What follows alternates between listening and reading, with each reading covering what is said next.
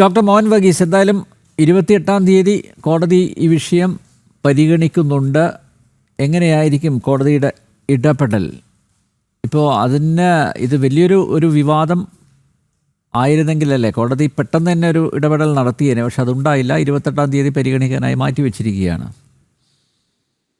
അതിന്റെ ന്യായാന്യായങ്ങൾ തീർച്ചയായും കോടതിയുടെ പരിഗണനയിൽ വരും എന്നതിൽ സംശയമില്ല. കാരണം കോടതിയുടെ വാക്ക് അവസാന വാക്ക് എന്നും പറയാനാവില്ല. അതിനുള്ള അപ്പീലും ഉള്ള സാധ്യതകളും ഞാൻ കാണുന്നു. ഇതൊരു വലിയ ദീർഘമായ ഒരു നിയമ പോരാട്ടത്തിലേക്ക് എത്തുക എന്നത് അത് അത്ര ആരോഗ്യപരമായ ഒരു കാര്യമായിരിക്കില്ല എങ്കിൽ പോലും തീർച്ചയായും ഇവിടെ ജനാധിപത്യ പ്രക്രിയ സംശുദ്ധമായിരിക്കണം. ലോകത്തെ ഏറ്റവും വലിയ ജനാധിപത്യ രാജ്യം എന്ന് ഭാരതം അഭിമാനം കൊള്ളുന്നു. ആ പ്രക്രിയയുടെ നിർണായകത്വം വഹിക്കുന്ന കമ്മീഷൻ, ഭരണഘടനാ സ്ഥാപനമായ ഇലക്ഷൻ കമ്മീഷൻ കുറ്റമറ്റ രീതിയിൽ പ്രവർത്തിക്കണം എന്ന് നമ്മൾ ആഗ്രഹിക്കുന്നു. ഡോക്ടർ വർഗീസ് ജോർജ് സൂചിപ്പിച്ചതുപോലെ ലോകത്തെ വിവിധ രാജ്യങ്ങളുടെ ജനാധിപത്യ പ്രക്രിയയെ അവരെ കൈപിടിച്ച് ജനാധിപത്യ പ്രക്രിയയിലേക്ക് കൊണ്ടുവന്നതിന്റെ ക്രെഡിറ്റ് പോലും ആ പയനിയറിംഗ് റോള് പോലും എടുക്കാനുള്ള യോഗ്യത നമ്മുടെ ചരിത്രപരമായി നമ്മുടെ ഇലക്ഷൻ കമ്മീഷൻ ഉണ്ടായിരുന്നു. പക്ഷെ ഇപ്പോൾ ഒരിക്കൽ കൂടി ഒരു ശുദ്ധീകരണത്തിന്റെ ആഭ്യന്തരമായ സംവിധാനം പുഴുക്കുത്തുകൾ ഉണ്ടായിട്ടുണ്ട് എങ്കിൽ അത് ശുദ്ധീകരിക്കണം. വോട്ടർ പട്ടികയിൽ അർഹരായ ആളുകൾ മാത്രമേ ഉണ്ടാകാവൂ. അത് നിഷ്കർഷിക്കുന്നതിന് എന്താണ് തെറ്റ്? അതെനിക്ക് മനസ്സിലാവുന്നില്ല, എന്താണ് തെറ്റ്. പക്ഷെ ആ ഒരു പ്രക്രിയ എന്ന് പറയുന്നത് ഇപ്പൊ പ്രക്രിയയെ കുറിച്ച് മാത്രം, അതിന്റെ ഉദ്ദേശങ്ങളെ കുറിച്ചല്ല, പ്രക്രിയയെക്കുറിച്ചാണ് ഇവിടുത്തെ പ്രധാനപ്പെട്ട ചർച്ച. ആ പ്രക്രിയയിൽ ചില കർശനമായ നിബന്ധനകൾ കൊണ്ടുവരുമ്പോഴാണ് ഏറ്റവും സ്ഫുടം ചെയ്തെടുത്ത ഒരു കൂട്ടം വോട്ടർമാരെ ലഭിക്കുക.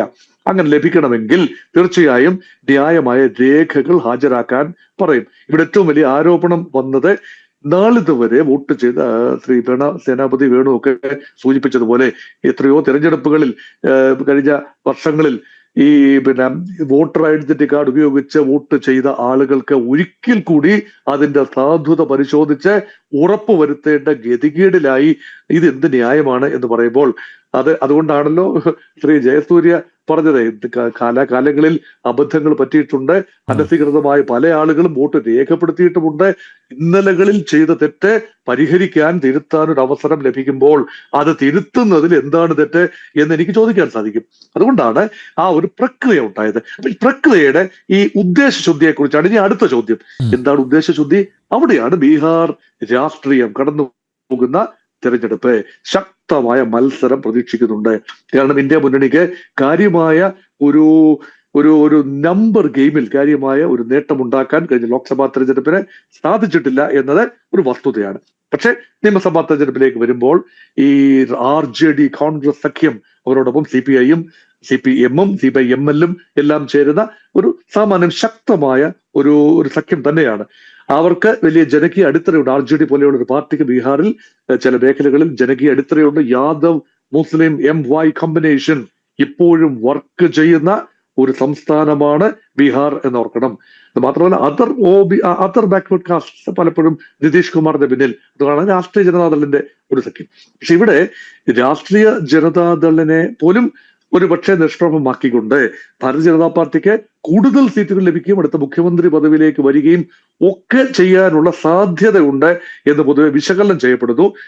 ഇവിടെ നമ്മുടെ വൈസ് പ്രസിഡന്റ് പദത്തിൽ ഒരു ഒഴിവ് വന്നപ്പോൾ ബീഹാറിൽ നിന്നും രാഷ്ട്രീയ ജനതാദൾ യുണൈറ്റഡിന്റെ ഒരു നേതാവിനെ, ഒന്നുകിൽ നിതീഷ് കുമാറിനെ അല്ലെ അദ്ദേഹം നിശ്ചയിക്കുന്ന ഹരിവംശ സിംഗിനെ ആരെങ്കിലും ഉപരാഷ്ട്രപതി സ്ഥാനത്തേക്ക് ഉയർത്തി അതിന് പരിഹാരം, ഒരു പ്രായശ്ചിത്തം എന്ന നിലയിൽ BJP അവിടെ സംസ്ഥാന തലത്തിൽ മുഖ്യമന്ത്രി പദം ലഭിക്കും എന്ന ഒരു ഫോർമുലയെ കുറിച്ചൊക്കെയുള്ള ചർച്ച ചെയ്യുന്നതിന് മധ്യയാണ് നമ്മൾ ഈ വിഷയം, തെരഞ്ഞെടുപ്പിൽ നേട്ടമുണ്ടാക്കാൻ വേണ്ടി ഈ വിഷയം ഭാരതീയ ജനതാ പാർട്ടി ഉപയോഗിക്കുന്നുണ്ടോ, മുസ്ലിം ശരിയായ വോട്ടർമാരെ, ന്യായമായ വോട്ടർമാരെ ഒരു പ്രക്രിയ ചെയ്യുമോ? എനിക്ക് ഇപ്പോഴും മനസ്സിലാക്കാത്തൊരു കാര്യമുണ്ട്. മുസ്ലിങ്ങളെ തെരഞ്ഞു പിടിച്ച് ഒഴിവാക്കണം എങ്കിൽ അതിന് പ്രത്യേക തരത്തിലുള്ള സ്കിൽ എഞ്ചിനീയറിംഗ് വേണ്ടി വരും. അത് തീർച്ചയായും ഒരു ഇലക്ഷൻ കമ്മീഷൻ നേരിട്ട് അവിടെ നിന്ന് മുകളിൽ നിന്ന് ഇൻഡയറക്ട്ലി ഒരു ഉത്തരവ് അങ്ങനെ സംഭവിക്കട്ടെ എന്ന് പറഞ്ഞാൽ സംഭവിക്കുന്ന കാര്യമൊന്നുമല്ല. അതുകൊണ്ട് ഇത് പാവപ്പെട്ട ആളുകൾ മാത്രമല്ല, ഈ പ്രക്രിയയിൽ നിന്നും പിന്തള്ളപ്പെട്ടു പോകുന്നവർ, മതിയായ രേഖകൾ ഹാജരാക്കാൻ കഴിയാതെ വരുന്നവർ, അവര് മുന്നോക്കക്കാരുണ്ടാകാം, പിന്നോക്കക്കാരുണ്ടാകാം, ദളിത് വിഭാഗക്കാരുണ്ടാകാം, ന്യൂനപക്ഷങ്ങൾ ഉണ്ടാകാം, BJPയുടെ കോർ വോട്ടർമാരും ഉണ്ടാകാം. അതുകൊണ്ട് അത് ഒരു സമുദായത്തെ മാത്രം അല്ലെങ്കിൽ ഒരു certain വിഭാഗങ്ങളെ മാത്രം ഒഴിവാക്കുന്നു എന്ന് പറയുമ്പോൾ അതിനൊരു കാര്യമായ യുക്തി കണ്ടെത്താനും ആവുന്നില്ല. അതുകൊണ്ടാണ് അല്ല, അത് ഇത് മാത്രമല്ല, ശുദ്ധീകരിക്കുമ്പോൾ കോടതിയുടെ ശ്രദ്ധയിൽ ഇത് കൊണ്ടുവരുമ്പോൾ അതിന് പര്യാപ്തമായിട്ടുള്ള തെളിവുകൾ കൂടി ഹാജരാക്കണ്ടേ? തീർച്ചയായും തെളിവുകളില്ലാതെ കോടതിയുടെ മുമ്പിൽ തെളിവുകൾ മാത്രമാണുള്ളത്. അപ്പം അല്ലെങ്കിൽ പിന്നെ പറയണം കോടതി ഉൾപ്പെടെ വിലയ്ക്ക് വാങ്ങപ്പെട്ടിരിക്കുന്നു. ഭരണഘടനാ സ്ഥാപനമായ ഇലക്ഷൻ കമ്മീഷൻ മാത്രമല്ല, കോടതി പോലും ന്യായം വിധിക്കില്ല എന്ന് പറഞ്ഞു കഴിഞ്ഞാൽ പിന്നെ ഈ രാജ്യത്ത് നിയമവാഴ്ച നടക്കില്ലല്ലോ. അപ്പൊ നമ്മൾ ചില ഘട്ടങ്ങളിൽ ഭരണഘടനാ സ്ഥാപനങ്ങളെ വിശ്വസിക്കേണ്ടതുണ്ട്. ഇലക്ഷൻ കമ്മീഷന്റെ ഘടനയിൽ വന്ന മാറ്റം അല്ലെങ്കിൽ ആ തെരഞ്ഞെടുപ്പ് രീതിയിൽ വന്ന മാറ്റത്തെക്കുറിച്ച് തീർച്ചയായും പ്രതിപക്ഷങ്ങൾക്ക് ന്യായമായി വിമർശിക്കാം.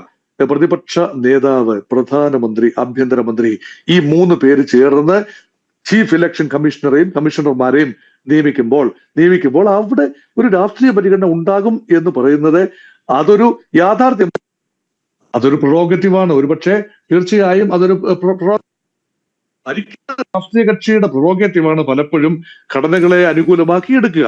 ആ രീതിയിൽ നോക്കുമ്പോൾ തീർച്ചയായും അതിനകത്തൊരു യുക്തി ഉണ്ട് താനും. കാരണം ഭാരതീയ ജനതാ പാർട്ടിക്കും ദേശീയ ജനാധിപത്യ സഖ്യത്തിനും ഭരണമുള്ള ഒരു കാലഘട്ടത്തിൽ അവർക്ക് അനുകൂലമാകാവുന്ന രീതിയിൽ. പക്ഷെ നാളെ ഇന്നത്തെ പ്രതിപക്ഷമായ ഇന്ത്യ മുന്നണിക്കും ഇതിന്റെ പ്രയോജനം നാളെ ലഭിക്കും. തീർച്ചയായും അവർ അധികാരത്തിൽ വരുന്ന ഒരു അന്തരീക്ഷത്തിൽ തീർച്ചയായും ആ സഖ്യത്തിന്റെ പ്രധാനമന്ത്രി, ആ സഖ്യത്തിന്റെ ആഭ്യന്തരമന്ത്രി, പിന്നെ പ്രതിപക്ഷ നേതാവ്, അന്നത്തെ പ്രതിപക്ഷം ഭാരതീയ ജനതാ പാർട്ടിയാണെങ്കിൽ പ്രതിപക്ഷ നേതാവ്.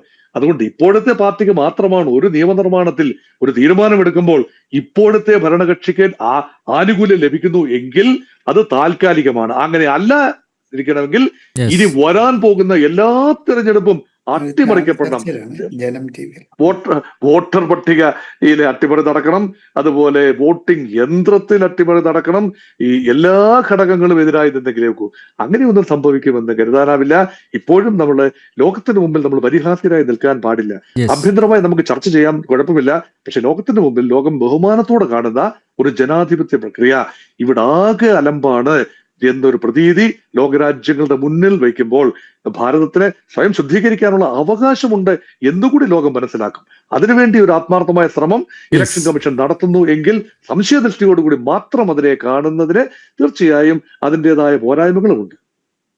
ഓക്കെ, വളരെയധികം നന്ദി doctor Mohan Varghese, doctor Varghese George, advocate Jayasuryan, advocate Senapathi Venu ഈ ചർച്ച സജീവമാക്കിയതിന്.